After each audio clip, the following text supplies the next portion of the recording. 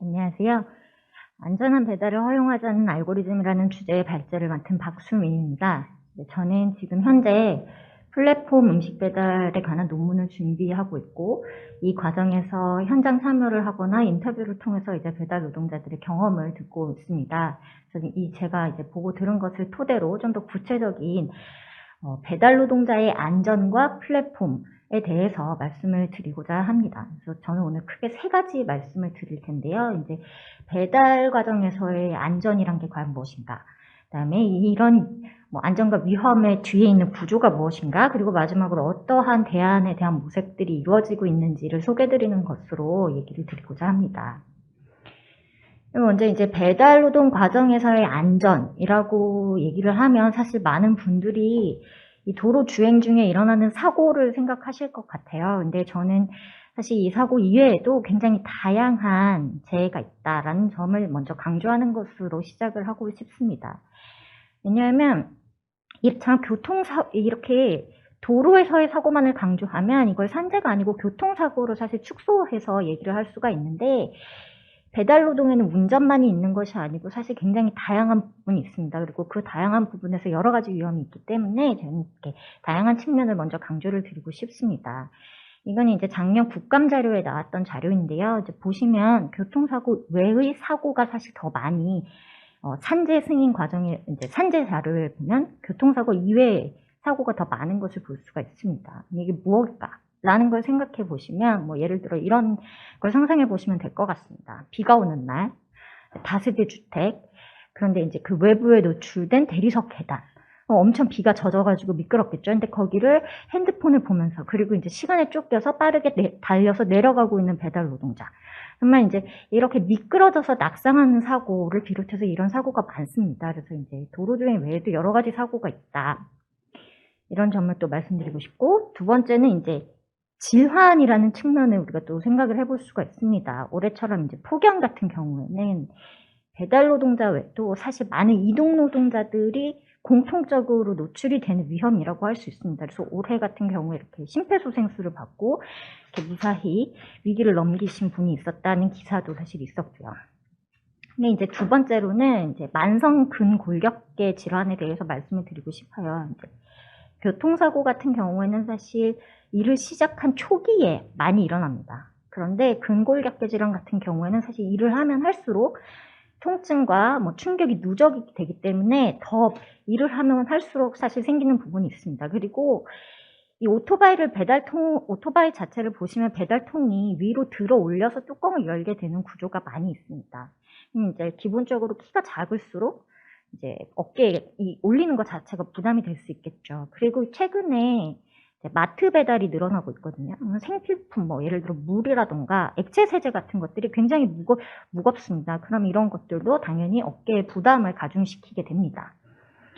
그리고 이제 지금 제 이 화면의 오른쪽에 보면 제가 찍은 사진인데, 이렇게 보시면은 거리에 다니는 오토바이들을 보면 저렇게 뒤에 뭘 붙여놓은 허리를 지지하는 게 많이 보신 적이 있으실 거예요. 왜 그런가 하면 사실 이게 오토바이가 굉장히 흔들리기 때문에 도로 주행 중에 충격을 모두 이제 허리나 이런 곳에 충격이 많이 가기 때문에 이걸 어떻게든 충격을 분산하려고 이런 것들을 붙이시는 거거든요.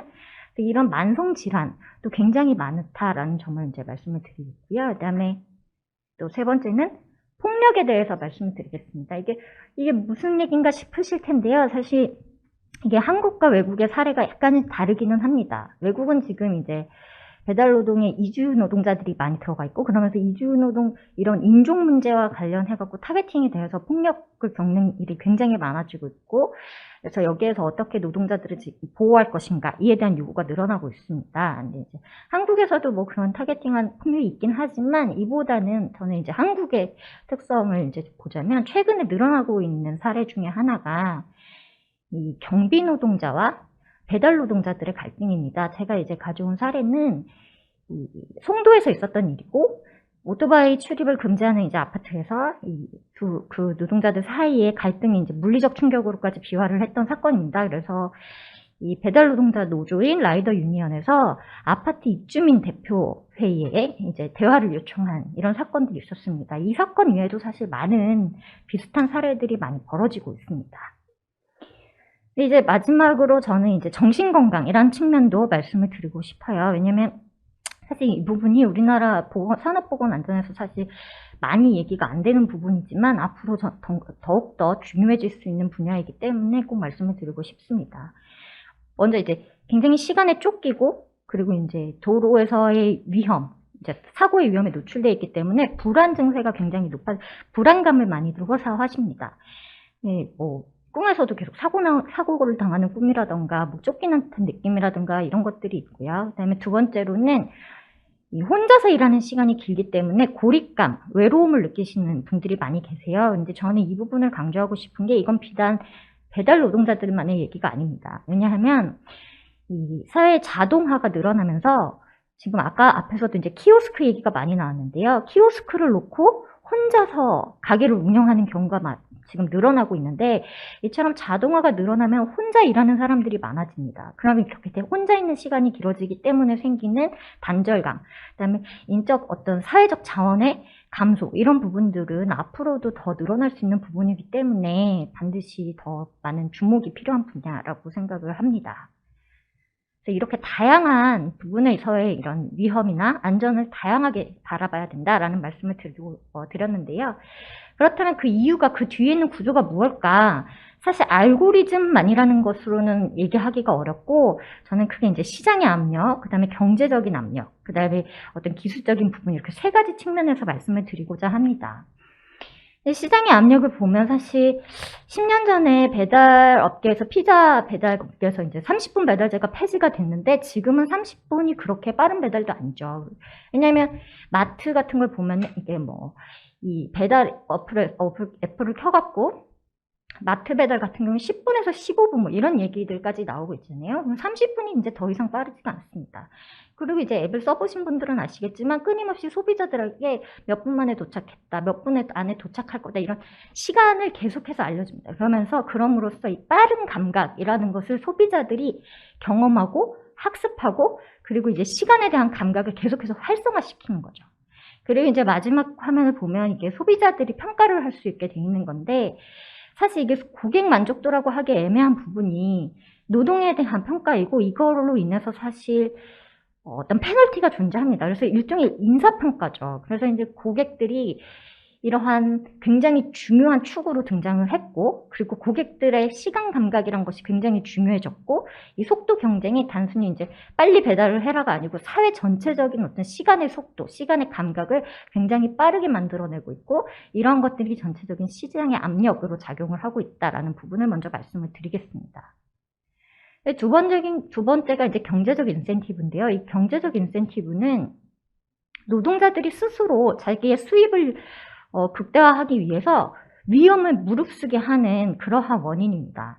그래서 이제 이 경제적 인센티브는 사실 현재 한국에서 크게 두 가지 종류로 나눠서 볼 수가 있는데 배민이라던가 쿠팡이츠 같은 대형 플랫폼하고 일반 배달 대행사가 전혀 다른 인센티브 구조를 갖고 있습니다. 지금 이거는 대형 플랫폼의 사례인데요. 이 오른쪽 그림은 이제 클리앙이라는 인터넷 커뮤니티의 한 유저가 하루 동안 이 쿠팡이 실시간으로 변하고 있는 이 가격을 다 캡처를 해서 이거를 정리를 하신 거예요. 사실 이거를 계속해서 실시간으로 변하고 있기 때문에 사실 파악하기가 어렵고 근데 이제 이거를 코딩을 하셔가지고 이렇게 보여주신 거죠. 보면은 두 번의 이 피크가 있죠. 이 피크 타임 때에 비피크 타임에 비해서 굉장히 월등히 높은 수입을 올릴 수가 있습니다. 그렇기 때문에 같은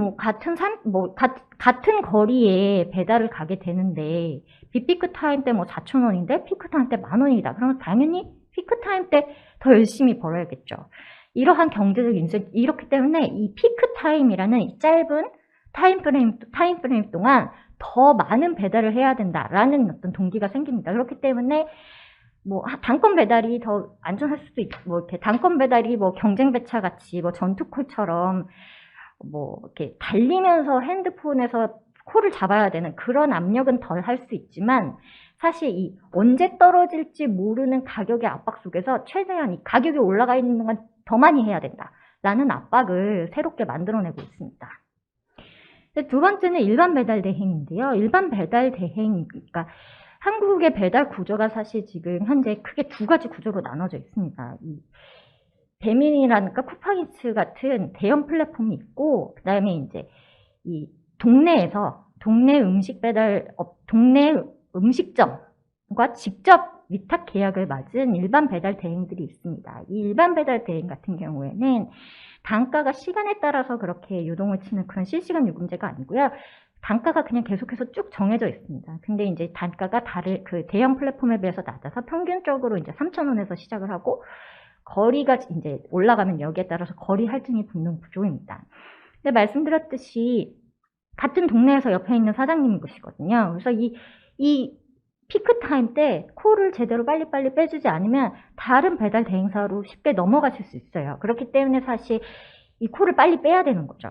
그리고 또 하나는 이 기본 단가가 낮기 때문에 노동자의 입장에서는 여러 개의 콜을 많이 수행을 해야지, 콜 수가 늘어나야지 기본적으로 수입을 올릴 수가 있습니다. 이 두 가지 요인이 합쳐져서 이제 단건 배달이 아닌 복수 배달, 뭐 이른바 묶어서 배달을 온다라고 많이들 하시잖아요. 그렇게 되는 겁니다.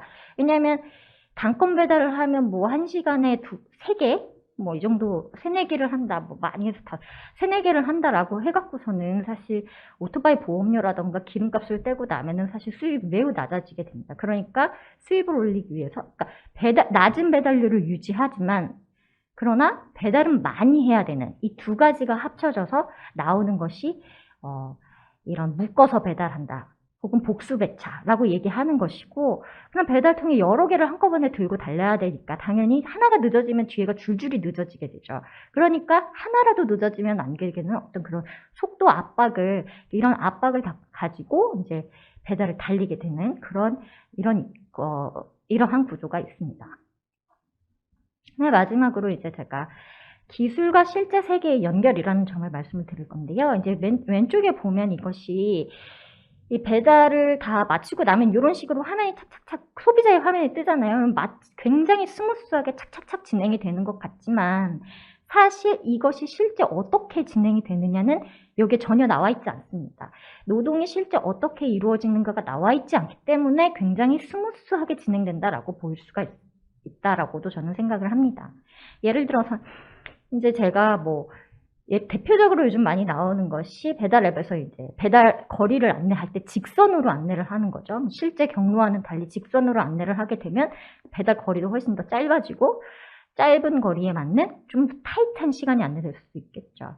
근데 이제 저는 아까 전에 말씀드린 것처럼 또 하나 강조드리고 싶은 것이 최근에 아파트들 중에 이 오토바이 진입 자체를 금지하는 아파트가 늘어나고 있습니다. 그런데 사실 이 배달이라는 것은 배달이 빨라지려면 굉장히 연결이 스무스하게 다 되어 있어야 돼요. 뭐 주문하는 시스템, 결제하는 시스템, 그 다음에 이런 디지털 네트워크만 연결이 되어 있는 것이 아니라 교통 물류의 어떤 물류의 흐름, 그리고 도로 이런 것도 다 연결이 돼 있어야 되고, 그리고 마지막으로 이 배달이라는 것은 누군가의 몸이 직접 가서 그 앞까지 가야지만 물건이 이동하는 것이기 때문에 이 사람의 이동, 사람의 이 몸의 움직임, 동선 이런 것도 사실 그 연결 안에 다 포함이 되어 있어야 합니다. 그런데 야, 오토바이를 들어오지 말아라 하는 것은 사실 그 연결 자체를 거부하고 단절하는 거죠. 이렇게 되면 어떻게 되느냐, 이 굉장히 대형 아파트 단지들 같은 경우에는 사실 들어가는 것 자체가, 도보로 들어가는 것 자체가 시간이 굉장히 많이 걸리는데 이 안내되어 있는 이런 배달 안내에는 사실 그런 내용이 전혀 들어가 있지 않으니까 시간에 쫓길 수밖에 없고, 그렇다 보니까 이것을 막아야 되는 경비 노동자와 그를 빨리 배달을 해야 되는 배달 노동자 사이에 갈등이 늘어날 수밖에 없는 상황이 되고 있습니다. 그래서 근데 사실 이런 연결을 이런 개인적 수준에서 해결을 해야 되느냐?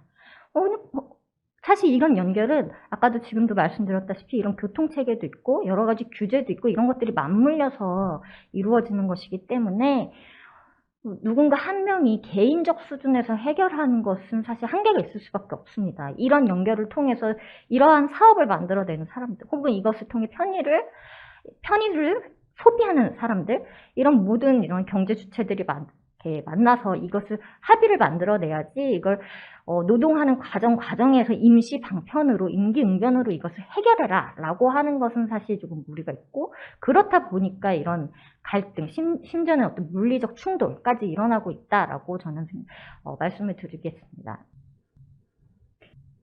근데 그렇다면 제 이제 구조적인 모순들 이런 것들을 말씀을 드렸었는데, 그렇다면 어떤 식의 대안의 모색들이 있는가를 얘기를 드릴 수 있을 것 같습니다.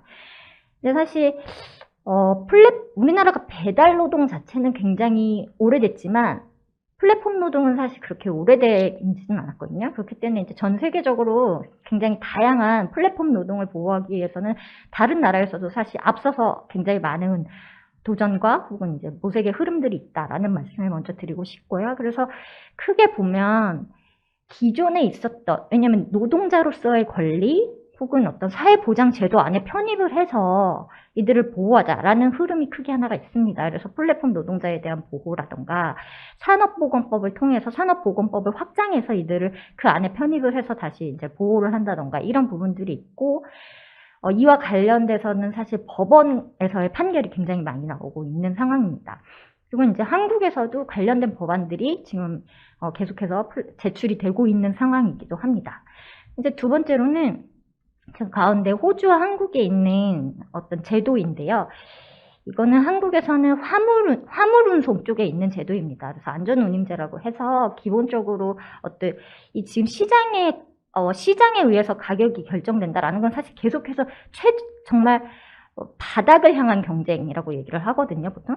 점점 누가 더 낮은 가격으로 이걸 해줄 수 있느냐를 서로 경쟁을 하는 건데, 그렇게 하다 보면 위험을 더 감수를 하게 되고, 뭐 예를 들어 더 과로를 하게 되고, 더 빨리 가기 위해서 더 난폭한 운전을 하게 되고, 이런 부분들이 있는 거죠. 이러한 경제적인 압력, 아까 전에 말씀드렸던 경제적 인센티브, 스스로를 위험하게 만드는 경제적 인센티브를 낮추고 시장의 압력을 좀 낮추기 위한 제도로서 운임의 최저선을 정하자라는 게 이 안전운임제인데, 이것을 택배나 배달에도, 음식 배달에도 확대 적용하자라는 흐름이 있고, 그래서 이제 이거는 바로 어제 법안이 발의가 돼서 지금 그 배달운동 쪽에서 이 법안을 통과를 하기 위해서 서명운동도 지금 벌이고 있는 것으로 알고 있습니다. 그 다음에 이제 한국에서는 그런 것이 있지만, 뉴욕 같은 경우에는 이 최저 안전운임제가 아니지만 어느 정도의 수준은 맞춰라 라는 최저 기준 요금을 지금 제시를 하고 있고요. 그 다음에 마지막으로는 사실 알고리즘과 관련해서도 데이터 접근권이라던가 알고리즘의 책임성이나 영향을 평가하는 것, 이런 것에 있어서도 좀 더 다양한 접근이 필요하고 전향적인 접근이 필요하다라는 접근들이 모색이 되고 있습니다. 그래서 제가 어떠한 대안이 지금 우리에게 필요하다기보다는 어떤 새로운 접근, 그리고 기존에 있었던 제도 속에서의 접근, 이런 다양한 종류의 보호들이 시도가 되고 있고, 가장 중요한 것은 이 과정에서 인간의 경험, 노동자들을 좀 더 드러나게 하는 것, 이것이 바로 시작이다라고 말씀을 드릴 수 있겠습니다. 그럼 제 발제는 여기에서 마무리하도록 하겠습니다.